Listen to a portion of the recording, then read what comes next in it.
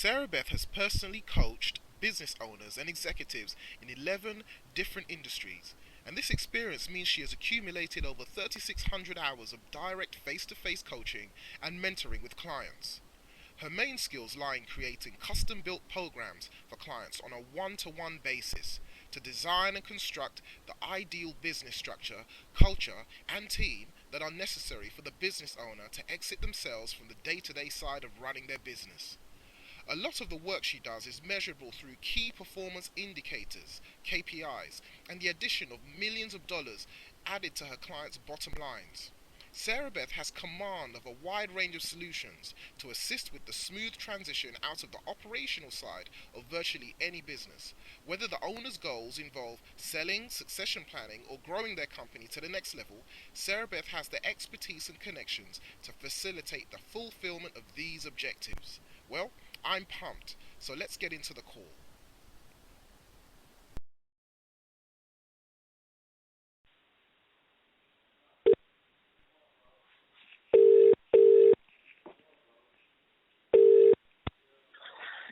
Hi, Alfred. Hey, Sarah-Beth. Great. Okay. Hello. Hello. Hi. Oh, hi, Sarah-Beth. How you doing? Hi, good, Alfred. How are you? I'm fine. Fine, thank you. Thanks for joining me today on the call. No problem. I just want you to, just for people who would probably want to avail themselves of your services, if you could describe what it is you do for business owners. Okay. I am an exit strategist.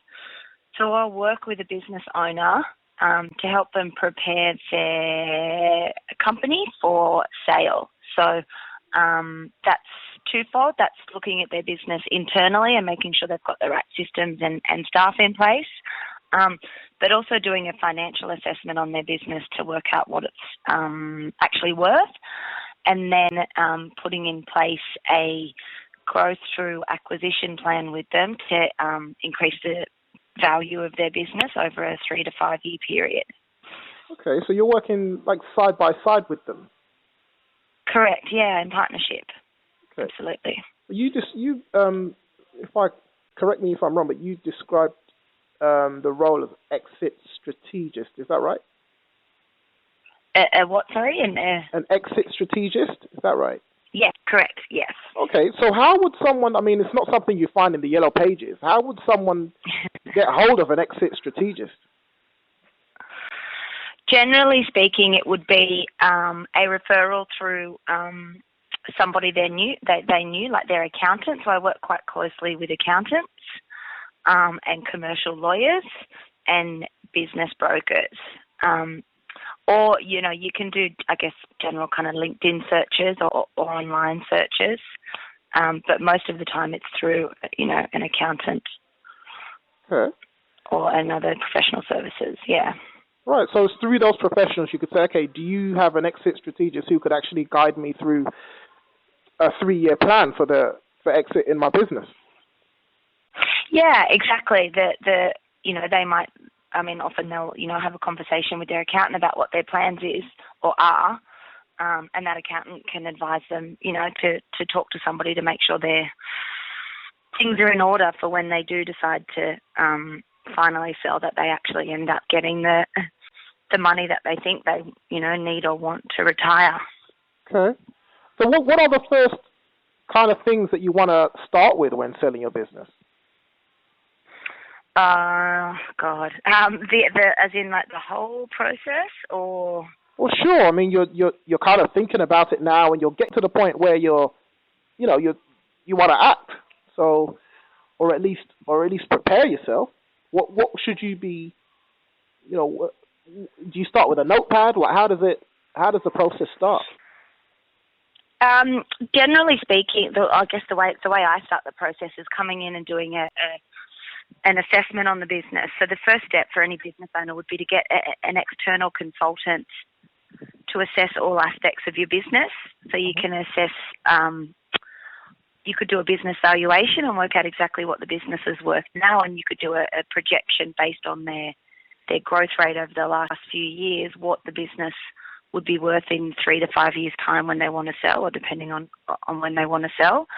Based on that financial figure, the business owner would be able to work out if they were on track to hit their target, and if they weren't, they'd then have to say, well, what can I do to increase the value of my business?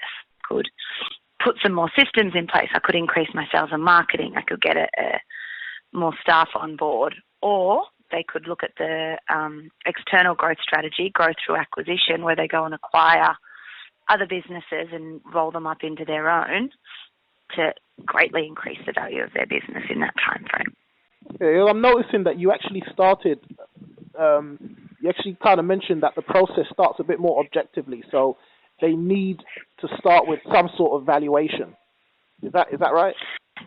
Correct. Yeah, exactly. Because, I mean, you don't know how to get somewhere if you don't know where you're at right now. Okay.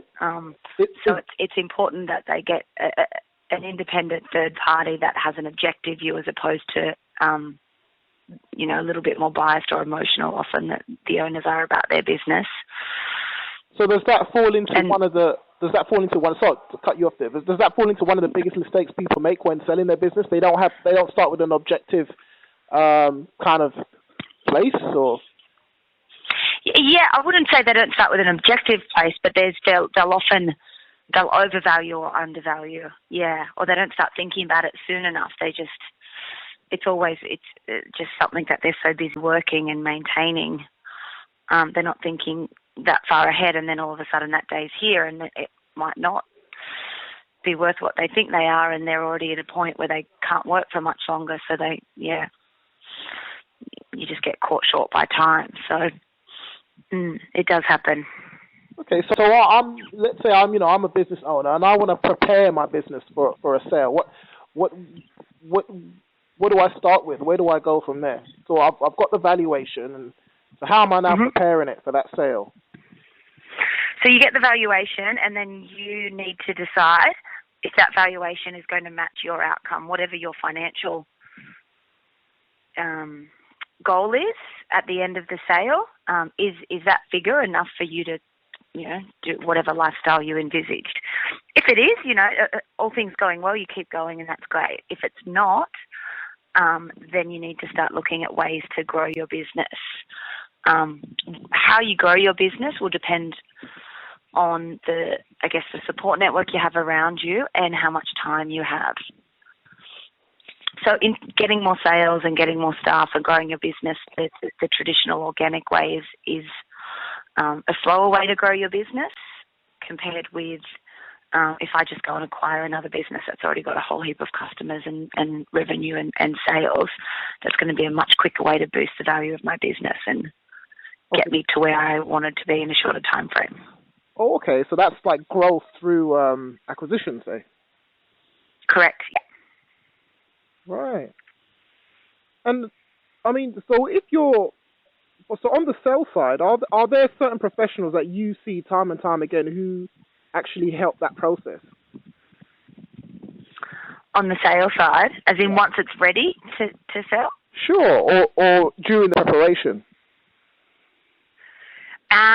During getting the business prepared for sale. Yeah, look, it's probably a little bit biased, but the team I work with at National Diversified are very good at preparing businesses for sale, and across the global span of that company, there's a lot of skill sets and a lot of expertise.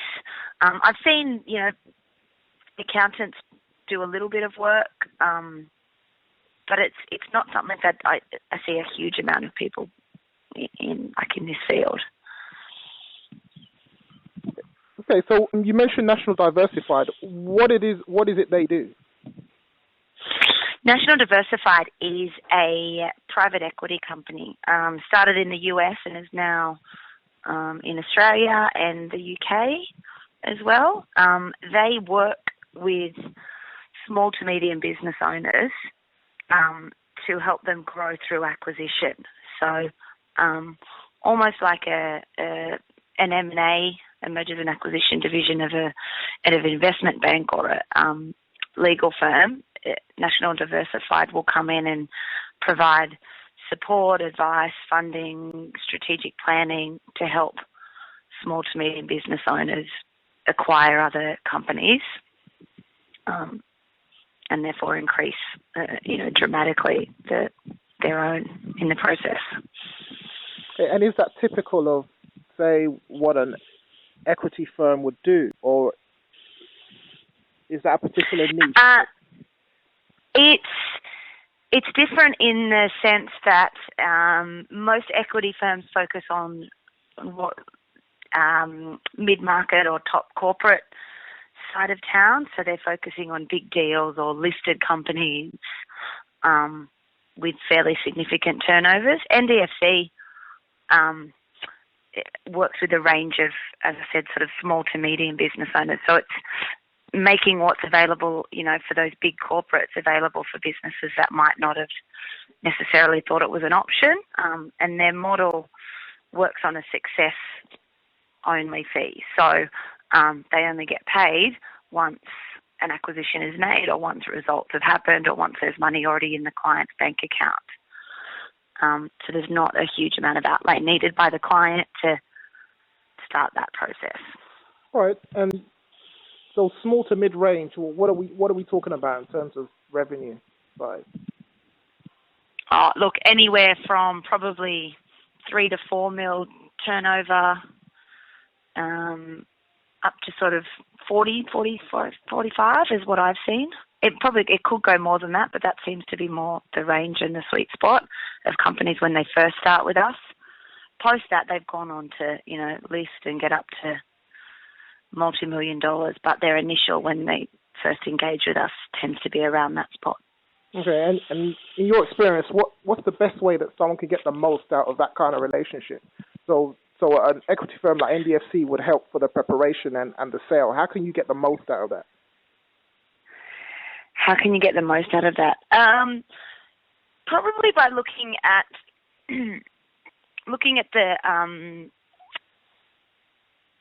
the partnership in two ways. I think I've spoke a lot today about kind of internal and external growth methods. So NDFC can partner and provide the advice and whatnot to acquire that firm.